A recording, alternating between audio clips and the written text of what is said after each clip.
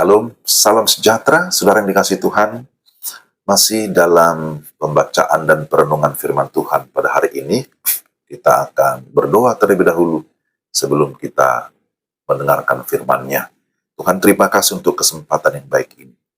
Kami mau mendengarkan firman-Mu, terangilah hati kami, berikan hikmat dan pengertian dalam nama Tuhan Yesus. Amin. Bilangan pasal 8 ayat 5 dan 6. Tuhan berfirman kepada Musa, ambillah orang Lewi dari tengah-tengah orang Israel dan tahirkanlah mereka.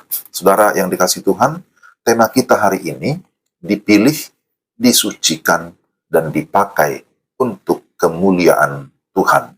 Kita sudah sampai pada pembacaan Alkitab Bilangan pasal 8.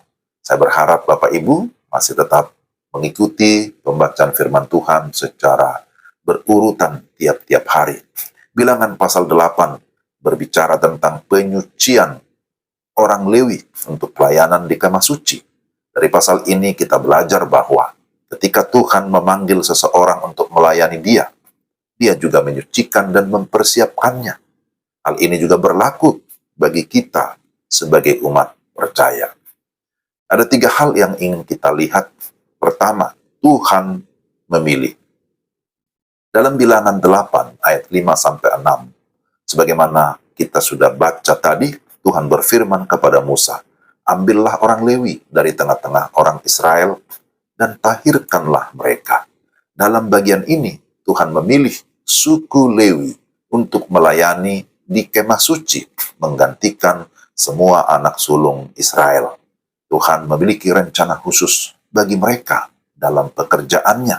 Demikian juga kita saat ini, kita semua yang telah percaya dan menerima Yesus Kristus telah dipilih oleh Dia untuk suatu tujuan. Kalau kita memperhatikan 1 Petrus 2 ayat 9, di sana dikatakan, kamu adalah imamat yang rajani. Tuhan tidak hanya memilih orang-orang tertentu saja, tetapi setiap orang percaya memiliki panggilan untuk melayani Tuhan, baik dalam gereja, keluarga, maupun di masyarakat. Pertanyaannya, apakah kita sudah menyadari bahwa kita dipanggil untuk suatu tujuan di dalam Tuhan? Yang kedua, Tuhan menyucikan. Dalam Bilangan 8 ayat 7-12. Sebelum orang Lewi bisa melayani, mereka harus mengalami proses penyucian. Mereka dimurnikan dengan air pentahiran, melambangkan pembersihan dari dosa. Mereka juga dikatakan mencukur seluruh tubuh, melambangkan pembaruan total dalam hidup, lalu mempersembahkan korban, yaitu penyerahan diri kepada Tuhan. Kita tidak bisa melayani Tuhan dengan hati yang kotor. Kita perlu mengalami penyucian rohani melalui pertobatan dan firman Tuhan. Pelayanan yang sejati lahir dari hati yang telah disucikan atau diperbarui oleh Tuhan. Dan yang ketiga, Tuhan memakai hidup kita untuk kemuliaan-Nya. Dalam Bilangan 8 ayat 14-19, setelah disucikan, orang Lewi diperkenankan untuk masuk dalam pelayanan.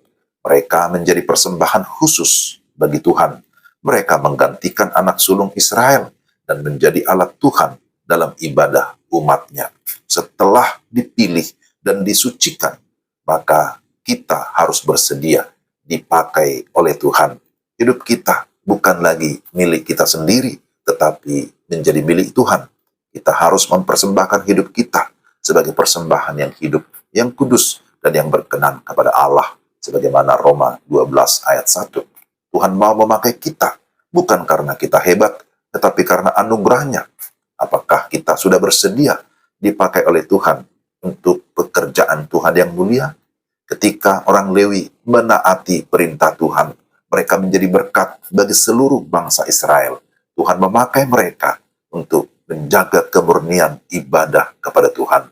Saudara-saudara yang dikasihi Tuhan, ingatlah bahwa Tuhan memilih kita untuk suatu tujuan yang mulia.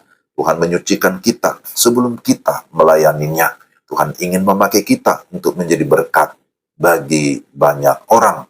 Dan dalam ketaatan kita, dalam pelayanan, pasti akan membawa berkat baik bagi kita sendiri maupun bagi orang lain. Amin. Mari kita berdoa. Tuhan, terima kasih untuk firman-Mu yang kami sudah dengarkan. Kami bersyukur bahwa Engkau yang sudah memilih kami, Engkau yang menyucikan, bahkan juga melengkapi kami dengan segala kuasa dan juga karunia-karunia rohani untuk kami bisa melayani secara efektif dimanapun kami berada. Kiranya Tuhan terus memurnikan hati kami, motivasi kami, dan memakai kami menjadi saluran berkat bagi banyak orang dimanapun kami berada. Tuhan memberkati kami, dan Tuhan memimpin kami dalam menjalani kehidupan kami tiap-tiap hari. Dalam nama Tuhan Yesus kami berdoa. Amin. Demikianlah renungan kita hari ini. Tuhan memelihara, Tuhan memberkati Bapak, Ibu, dan saudara-saudara sekalian. Selamat beraktivitas. Salam.